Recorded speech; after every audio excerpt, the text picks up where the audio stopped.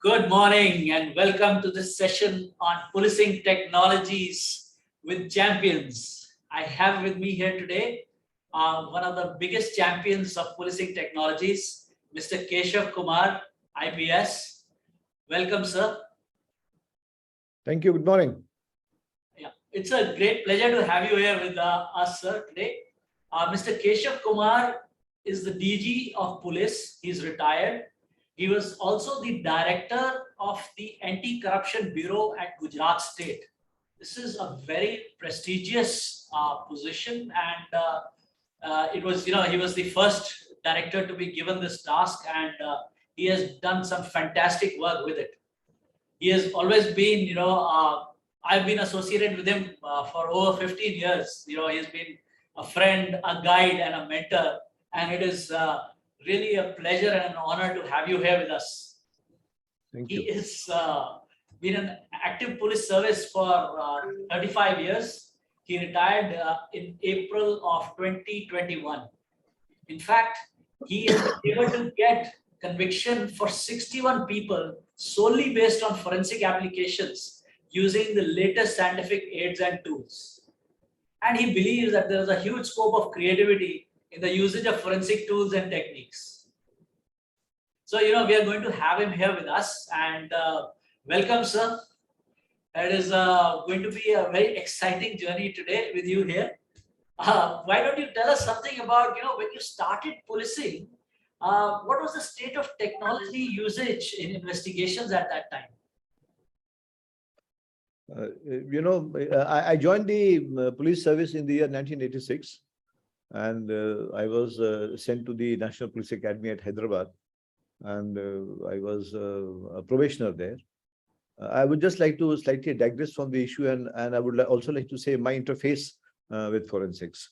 I've always been a student of history. I've never studied science, and science was very difficult for me. So I quit science after passing my 10th. And there was always, I also wanted to become a doctor, but unfortunately, because, for becoming a doctor, you had to study science. And I was not very good in science. So I decided to change my course and I joined arts. So there was always a desire, a cherished desire that I should have become a doctor, but that was not fulfilled. So when I joined the National Police Academy, there I came to know about one of the modules was on forensic science.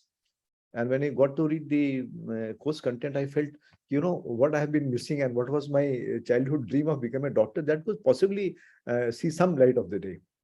Great. So I started taking lots of interest in forensics. And I can certainly say that I was one of the probationers who was very good in forensic science, and the staff also liked me. Not many people, not many probationers would take interest in forensic science. So I felt, that this subject can possibly be a game changer, because most of the other inputs that we are giving in the National Police Academy with regard to Indian Penal Code, CRPC, then Major and Minor Acts, Criminal Procedure Code. So, these are constant factors. You cannot hardly make any difference in that. So I felt that, forensics was one area by which we could, change the game of investigation.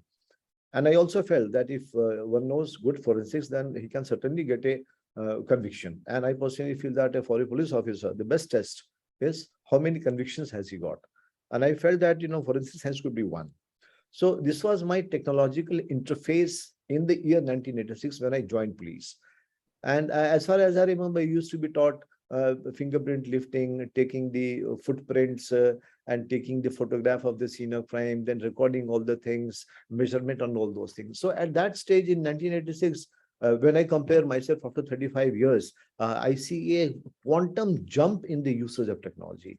So during our times, it simply used to be fingerprint, then finger lifting of the footprint, some amount of photography, and also some amount of forensics. DNA, but that time DNA was not very popular, but other things, biological forensics, some sort of ballistics, physics batate the, and so on and so forth. So the status of technology at that point of time was, I think, was not as good as it is now. But, thinking from the time, let's go back to 1986 and then see the state of technology and then compare it. Like if you compare it from today, then obviously we will be very backward. But at that point of time, I think that was the best forensics that we had. So this is how my interest in technology started, and I started taking lots of interest in technology, whatever technology that was available. And I used to read a lot on forensics. One of the good things that I started reading a lot many articles just to, just as a passion, just as a, whiling away the time, reading something on that. So my interest in forensics started right from 1986 as a cherished desire of becoming a doctor. Right from your early days, you were involved in this. It was like destiny, sir. Yeah, and the best thing was that when the cadres were allotted, I was allotted to Gujarat cadre. So when I joined Gujarat, then in the year 1994, it was my first interaction with the director of Forensic Science Lab. When I got posted to Ahmedabad as Ahmedabad Rural LSP, I went and called on Dr. J.M. Vyas, who is presently the Vice Chancellor of the National Forensic Sciences University and also the recipient of Padma Shri. So he became my guide, philosopher, mentor, whatever you call him. And then there was no looking back. So it was, for me, it was almost like, forensics was almost like hand holding. So whatever technological developments took at that point of time, I remember that time a new technology had come, lifting fingerprints even from the dusty places. DLF, that is dust lifting fingerprints. So that was the ultimate thing. And gradually, when in the year 98, 99, when this cyber forensics just starting, then I got inducted into cyber area also. So this is the story of my interface with technology, and that interest still continuing. I have registered myself for a PhD in psychological forms of investigation. And psychology has been my bread and butter in investigations. I have used psychologically extensively. In fact, while in CBI, the department is to be called lie detection department. So I said, why lie detection department? Why don't we do any other thing? No, sir, we only do lie detection. So I said, let us change the name. And I requested, and he got the name changed to the forensic psychology department. So many other things started, and I will give full credit to Dr. Asha Srivastav, who is still now she's the director of the Center for Forensic Science Lab of CBI. With her, we started interfacing psychology in crime investigation. Right. So not only technology in forms of gadgets, but also in forms of other intangible gadget forensics. Right. So right now that I personally feel that, there is a mad rush for looking after the digital evidences in the hard disk. But I'm trying to approach it from a different point of view. I'm thinking that we are very, very focused on the hard disk of the computer, but the original hard disk, this brain, there is hardly any focus. So I'm now trying to have an interface not only of conventional forensics but also of the digital forensics. दोनों को मिला करके हम देखें. Like the cyber psychology, how we can, from all the social media interface, how we can develop the psychology of that person. So this is emerging new area. So, this is how I would like to, if you want further elaboration, I can go on and on this topic only. That's fantastic. I leave it to you. Yeah. So, I mean, were you technically inclined just like this, right from your early days? Actually, the process gained momentum after I got into the police. Because otherwise, had I not been in police, I don't think I would have been technically inclined. But after getting into the police and getting inducted into the forensics, I felt this is the area to work with. So I have been technically inclined right from my early days in policing. Wonderful, wonderful. And whatever result that I got, so my interest started gaining momentum. Your interest has been, the gain of the Indian Police Service. I'm so happy to hear this word. But it's a long story, and there's a humongous task ahead of us. Oh yes. So much thing has to be done. Yesterday, yesterday I addressed about 600 students of Parul University. They were the new inductees in BSc Forensics and MSc Forensics. So, with the emphasis being given on forensics and, addressing 600 students, I could see, the flare in their eyes.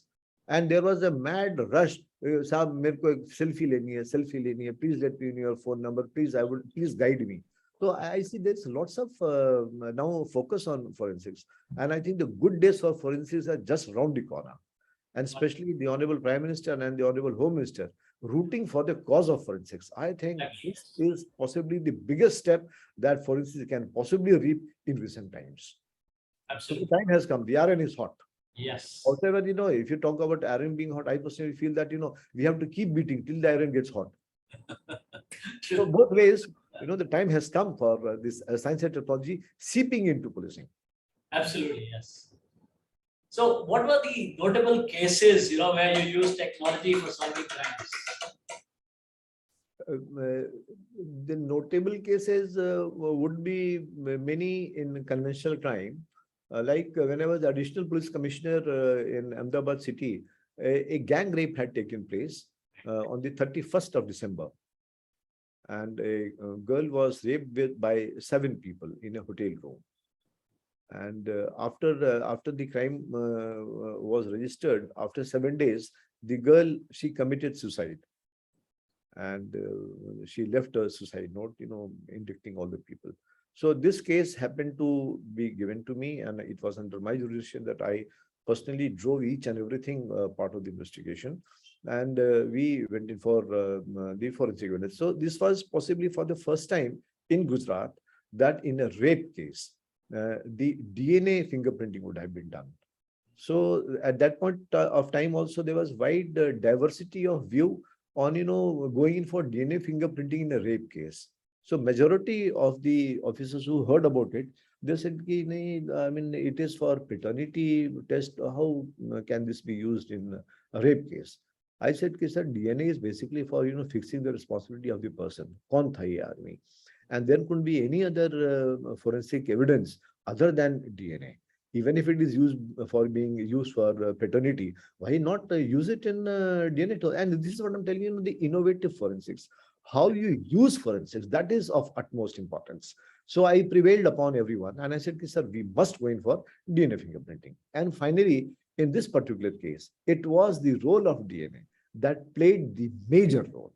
And a conviction was awarded to 7 people for 15 years. Ajivan karyavas ki unko saja hui. So, this is how technology played, and this would be possibly one of the biggest cases which I handled before me joining the Central Bureau of Investigation in 2010. The other landmark came, this is with regard to the conventional forensics. The other landmark came in the year 2007 when in the Gir National Sanctuary, 10 Asiatic lions were poached in the Gir Sanctuary.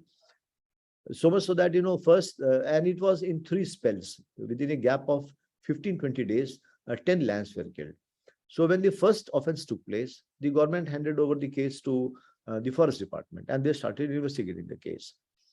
Then quickly on the heels, after say 7, 8, 10 days, again, it was reported that 3 more lions are killed.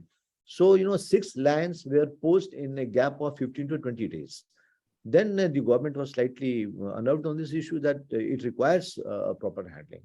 So finally, that time the chief minister was the present prime minister. I was picked up to investigate this wildlife crime case. And, I was scared because, basically I'm a conventional crime investigator. I have no knowledge about wildlife crime, the modus operandi, the crime and criminal, the market, and all those things. It's a different ball altogether. So I took it upon myself as a big challenge. And the scene of crime was the Gir National Sanctuary, which is about 500 kilometers from my office in Gandhinagar. So the first step I took that, if I want to investigate this case, it cannot be done remotely from Gandhinagar sitting in the AC chamber. I can't dictate these things. So I decided the first thing that I did, I said, I will camp at the scene of crime. So I camped in the Gir Sanctuary for almost 2 to 3 months. For the entire investigation to take place. And this is here where the forensics played a major role. Because inside a sanctuary, you're not going to get oral evidences. You're not going to get ocular evidence. You're not going to get eyewitnesses. So, one of the things that my officers used to tell me, sir, there is no eyewitness. It will be very difficult to investigate the case. But, internally, I was very happy that if there are no eyewitnesses, the best course of investigation, because I will be able to build a case from forensically. And, and I'm very proud to say that, the case took a very dramatic and serious turn, because internationally, never the lions were poached. And the other thing was that, which I proudly mention in this instance, that, it was the chief minister, the then chief minister, Shri Narendra Modi, who decided to visit the scene of crime. So a chief minister of the state deciding to visit the scene of crime of a wildlife crime. I mean, that's unheard of, and possibly maybe the only instance in the world history where a chief minister would have visited a scene of crime, of a wildlife crime. So, the entire dimension took a different shape. And finally, then, whatever I demanded from the state, that was provided on a platter. I restricted that, I must get a band of forensic experts to stay with me in the forest. So the government passed an order that the deputy director, forensic science lab, Dr. Dahiya, MS Dahiya, would be with me inside the jungle with his team. So a full team of 15 forensic experts, of various branches, they used to hang around with me inside the jungle, and whatever evidences that we collected, that was with them, through their help, under their direction. So, and this is how the forensics played a major role in this case. And finally, we were able to get conviction for 38 poachers, which is possibly the biggest conviction case in the world in wildlife crime.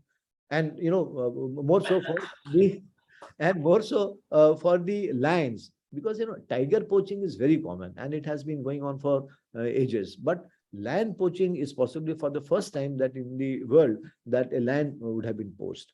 And, we were able to secure conviction in that. Thereafter, I developed a theory that as a police officer, how can I contribute to wildlife conservation? So I mooted this concept that, one good prosecution is also a means of wildlife conservation.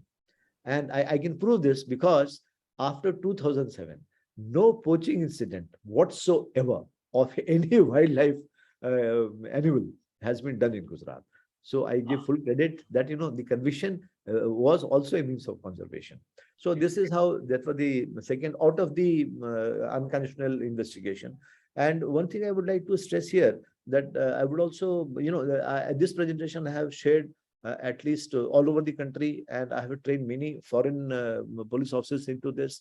Then WWF, traffic, Saven, all these, they have always been inviting me for the presentation. So one of my presentations which I gave before the WWF people, they the then chief was Mr. Sameer Sinha. Sameer Sinha, who is presently the principal chief conservator of forest of Uttarakhand. So when he saw the presentation, that time it had only been detected. He said, this is a different type of investigation, because this is not the conventional wildlife crime investigation. What you have done, that you have used all those techniques which are used in conventional forensics, like polygraph, brain fingerprinting, narco analysis, crime scene profiling, all these things you are used in a wildlife crime case.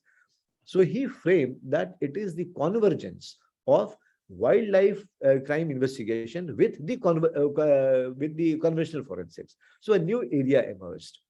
And, I have now been lecturing all over in wildlife crime forensics.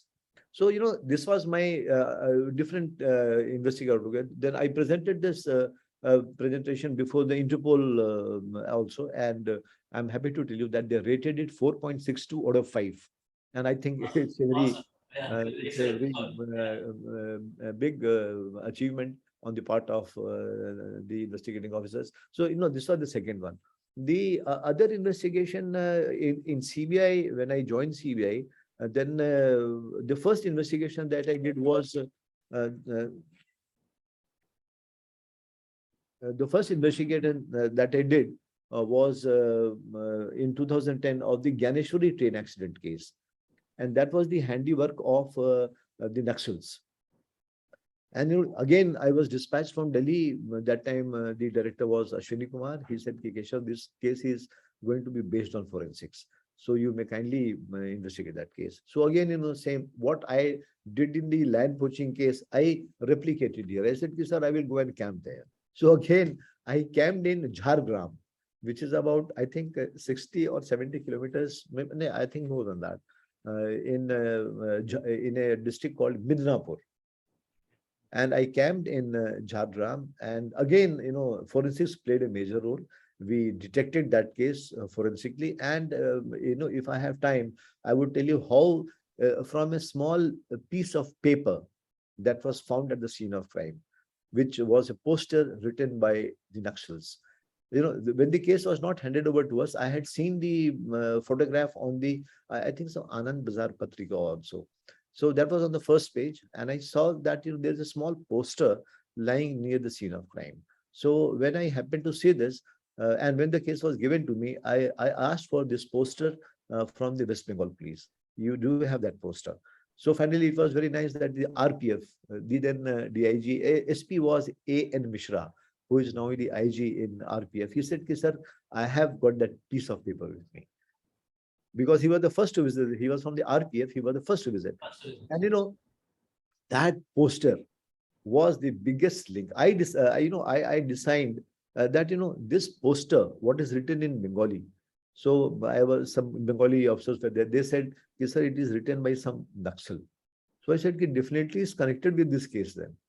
So from that handwriting of that poster, the local police had already lifted about 10-15 people as a suspect. So I thought, how to connect the crime and the criminal. So I said, let us, I don't know, it was just a brainwave, and I would say it was just a divine intervention. A thought came to me that, this particular poster certainly would have written by someone. So let us find that person. So starting a base. And as luck would be, I said, well, we have over 10-15 people with us. Why not take their handwriting and see if it matches? And, that was the biggest step, that one of the handwritings matched with the poster. Wonderful. And then I used the services of my handwriting expert, Mr. Handa, in Forensic Science Lab. And I said, I also do a little bit of handwriting analysis. So I said, there is some, it is matching. So finally, Mr. Handa, the forensic expert. And again, I carried the entire forensic team with me because I was looking out the forensic lab. So I carried the entire team and they came with me at the scene of crime. So the first step that success that we got, that the handwriting matched with the person who were lifted by the local police. And the first arrest was made. And thereafter, that person, then he said KSO and all that, and the case got detected. But there are so many other forensic intelligence. But this is a very interesting thing, just, what we have saying, looking for a needle in a haystack. It was just my wishful thinking or just I would say brainwave. There could be one. So that is how this case got detected. Then thereafter, then Netai massacre took place again in West Bengal only, very close to Midnapur, in which 10 people were mowed down by the Naxals. They were gunned down, they died. So again, since I was camping there, the director said, you may kindly continue with the same investigation. So in that case also, lots of ballistics was used. And from the same scene of crime, wherein the local police had picked up only 2 bullets. And I think, I gathered that about 100 to 200 rounds would have been fired. So I said, if there has been firing of 100, 200 rounds, how we can get only 3? And from the same scene of crime, using technology, we recovered 45 cartridges. And one of the cartridges that was there, that belonged to AK-47. So the entire dimension of the investigation took it on. So, this is how technology I have been using in all the cases. The next case, which was handed over to me, and mind you, all these cases that were being handed over to me was all forensic based. So the next case that was handed over to me was Shaila Masood case of Bhopal, again in 2010. This was a very difficult case. And finally, in that case also, the handwriting analysis took a very good turn, and we were able to from that other technological issues were also used, and we were able to seek conviction. We got a conviction of the people. Yeah, a book has also been written. It's available on Amazon. If anyone is interested, you can possibly go through that book. The book is written by Hemendra Sharma, who was the IBN bureau chief at Bhopal at that point of time. So he has written in great detail about the forensics used in this case. We rummaged about 10 lakhs telephone calls. And from those 10 lakh telephone calls, we zeroed down on 94. And from those 94, we picked up one phone which was which had been used by the contract killer. So if anyone interested, kindly go through that book. The book is Shaila Masood Murder a case that shook the nation, a murder that shook the nation. Writer is Hemendra Sharma. So this was the next murder case that we solved. Thereafter, the famous case of Bhanwari Devi of Rajasthan. I would certainly like to elaborate upon this because, again, in this case, everyone was saying that, the Bhanwari Devi is no more, Bhanwari Devi is no more. But we had no evidence to that. So again, Director AP Singh, he said, you may kindly proceed. And I was dispatched to Jodhpur. We were not able to select the scene of crime. Finally, using technology, we were able to look for the scene of crime. And that scene of crime was very close to the Indira Gandhi National Canal. And what they had done, they had burned the body and they had scraped the entire ground 2 to 3 feet below. And they had picked up the entire thing and they threw it in the Indira Gandhi National Canal. So again, I camped there in Fulodi, the district, the village was Fulodi. In the month of December, we camped there and we were able to extract the beads of Mangal Sutra from the scene of crime. Then the nose stud, then the safety pin that they use in sari, then the watch, and finally all these things were connected with the death of Bhavri Devi. But the biggest use of technology was done when we were able to get about 12-13 pieces of burnt bones. So I said, now this bone, whether it is human bone or whether it is an animal bone. So at the scene of crime, we requested the services of the veterinary doctor, and he said, sir, it looks as if it is a human bone. So again, I requested the services of MS Dogra Saab, जो AIIMS के forensic science chief थे, and we went to him. We said the specimen, and then he came out with the conclusion that it's a human bone. Now the biggest challenge in this was that all those bones that we got, they were in small number, and it was all charred. Right. So the CFSL CBI DNA expert, he said, sir, we don't have the facility for extracting DNA from charred bones, but we can try. Then I said, if you start trying and then at the end of it, you say, sir, we have not been able to extract. So it's the end of it because there are no specimen others. So it just hit upon an idea because that time I was also looking after the Interpol. So I immediately spoke to our director, Mr. AP Singh, sir, we don't have the facility, but we can certainly try it with the FBI lab. So since I was looking after Interpol, I spoke to the local FBI chap. I said, do you have the facility there? He said, yes, sir, we have the facility. So with the permission of the director, we dispatched the charred bones to FBI lab and we got the result. And that was the clinching evidence. Yes, Bhanwari Devi is no more. I remember, I think about 2-3 months back, the forensic expert from the US, she deposed virtually to the court. So, the frontiers of technology, using this technology, how to pull in all the resources, the human resources, is a whole lot of things, not only the gadgetry, but also how you put use to it. So this was out of the box thinking. In fact, getting out of your comfort zone again and again, and again to expand the frontiers of investigations. So these are some of the very interesting cases. Then again in CBI in Mumbai, there was a murder case, which again forensically we were able to establish that it's not a suicide. It's basically a murder case. And then upon our report, the High Court gave us permission to register an offence of 302. So that will also, there are several cases technologically, I can go on and on because in each and every case, there has been a very, very out of the box usage of forensics. Like when I came back, returned to the state cadre. So in, I was made the director of Anti-Corruption Bureau. So in one case, what happened, the person who goes to gives the bribe, so he is supposed to signal after giving the bribe that he has been paid, he'll make some signal. Either he'll scratch his head or do something of that sort, some action or the other, which will be seen by the anti-corruption people who are waiting outside.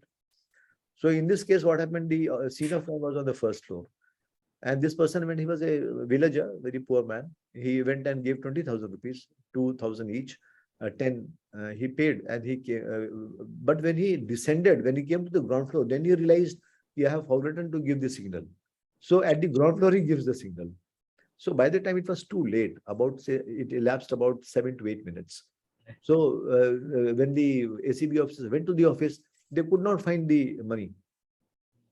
They searched all possible conceivable areas where one could have possibly hidden the amount, but they were not able to get.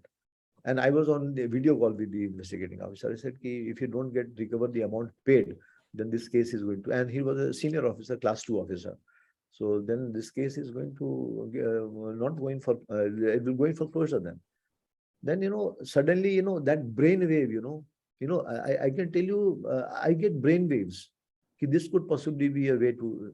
So I said, why don't you ask that person who accepted the money? Ask him where is he keeping the money? I mean, what is he doing? So my inspector said, sir, he is not speaking anything. He's sitting just in the corner and he's just not speaking anything. When I heard this, he's not speaking anything. Suddenly, a brain wave came. I said, has he put it in his mouth? I said, yeah, you go and see his mouth. You just open his mouth and see whether it is there. And, as luck would be, they opened the mouth and they found 20,000 rupees, it was shoved in his cheek here. And 20,000 is how much? Not more than this. And that is why he was not speaking anything. Then, my inspector said, yes, sir, we have got the money. It's a open and shut case. He's going to get convicted and so on and so forth. So, it has always been my thinking that, we must, value add to the evidences that we can possibly. So he said, sir, we have taken the photograph, we have taken the videograph, we have brought the panchas in front of them, we have done each and everything. It is recorded and so on and so forth. It's a fit case. But I thought, how we can possibly value add to it. So I felt, that the currency note would definitely be having his saliva. So I thought, why not going for DNA fingerprinting on this? So finally, I again spoke to Dr. Vyas. I asked him, sir, we would like to go in for this. How do you feel about this evidence? He said, it will be a solid evidence. How can the DNA of person come on the notes which he has accepted? It's an open and shut case. And that was for the first time that DNA technology was used in a trap case. And the result was obvious, the saliva would be containing his DNA. Then I happened to speak to one of our High Court judges also, who happened to be a very good friend. I informally asked him, sir, we have done this. How do you appreciate as a trial? It's going to be an open and shut case. So, the innovative use of forensics. And thereafter, this strategy of using DNA in ACB cases became the fad. In each and every case, wherever there is, they would go in for DNA fingerprint. In one case, a range forest officer, he took the bribe and he put it in his mouth and he started running away. And at the point of time, he took out the money and threw it in the bush. So again, that was recovered. Again, we went into and so this is how the people also, your staff also get trained into it.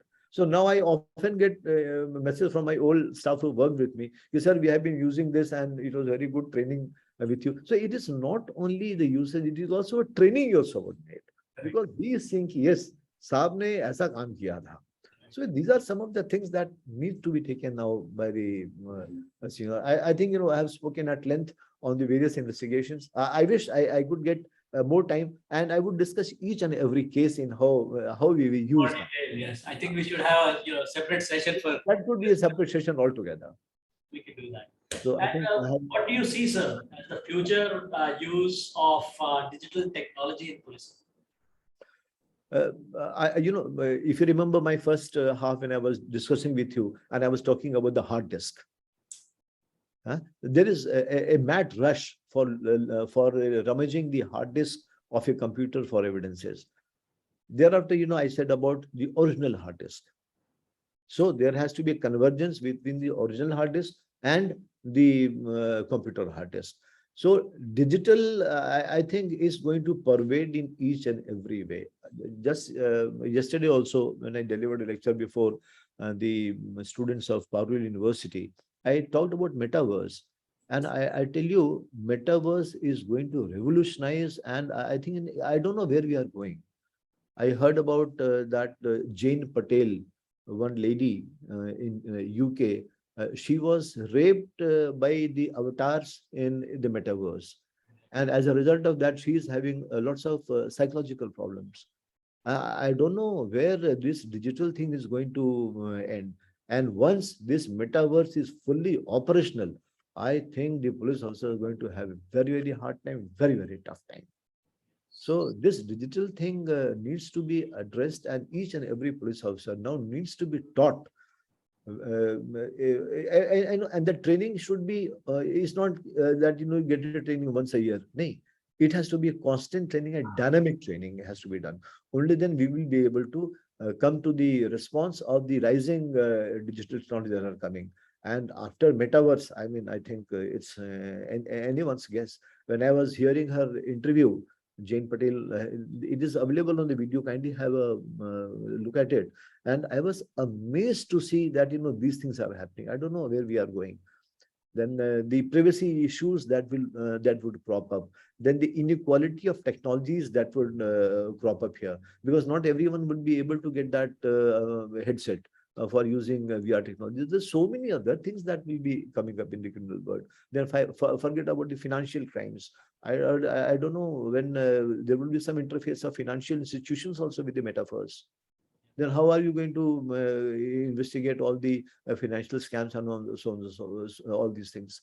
So I think we have our hands are full, and we need to take it to a next level of training. Today, what I find that not many police officers are even trained in conventional forensics. I was talking to a very senior officer a couple of days back. I have been invited by Odisha Police for sharing my thoughts. So I was generally discussing with the officer who invited me that there is a new technology called rapid hit technology, which can develop DNA in 90 minutes. There was not much of awareness on this. Now, this is the conventional gadget. Forget about these new softwares that are there. No one is aware of that. So this digital technology, digital crime, and all these things are really going to take hell of a lot of time for the police department to seek in. I think 10-15 years would be a very less time to feel that all the investigating officers are so equipped with the latest technology and latest ways of investigation. You think about, forget about investigation, about the prosecution. Do we have enough prosecutors? Do they have that knowledge? So these are some of the areas which are causing concern. And even if you see now, in conventional crime, the average conviction rate in major crimes, in conventional crime, is as low as 37%. Since the time we were independent, 75 years are over, but we have not been able to even get the pass mark. It is only 37%. And I compared this conviction rate with wildlife crime. You will be surprised to know that in wildlife crime, the conviction rate is 55%. Wow. All those cases which belong to human being, it is only 37. While wildlife crime, 55%. And what is the conviction rate in cybercrime? It's 50%. I personally feel, how can cybercrime be acquitted? Each and everything is forensic evidence. Why? There is something lacking. That is what I told the students yesterday, that our average conviction rate is 37%. So they asked me, sir, do you think our future? I said, you have a bright future, because those 67% is your future. Why those cases got acquitted? That is the future. In wildlife crime, those 45%. And in cybercrime, those 50%. So there is a huge lot of scope of work. We'll have to just pull up our socks and tighten our belts. Yes, that is true. I think there is a big road ahead, and everybody's going to have build a better focus, and a lot of effort needs to go in. So, in the end, what message would you like to give to the young officers, who are starting out, related to the use of digital technologies in policing? I think lots of interface with the training needs to be done, because I found that digital issues, it's very volatile. And as we are speaking, some new version of some new software would have already come. and some ransomware or some other sort of ware by some hacker somewhere sitting in Russia or somewhere else, he would have already done it, and so many amount of money would have already siphoned off. So what is important in digital technology is the time. It's volatile. So the more frequently you brace up yourself with investigations, and then also getting conviction in the court. How would we get conviction? And especially in digital, you have no other way other than the digital evidences. So you ought to know digital forensics, cyber forensics, all these things. So I think the new crop that has come, there should be a separate total module on cyber forensics.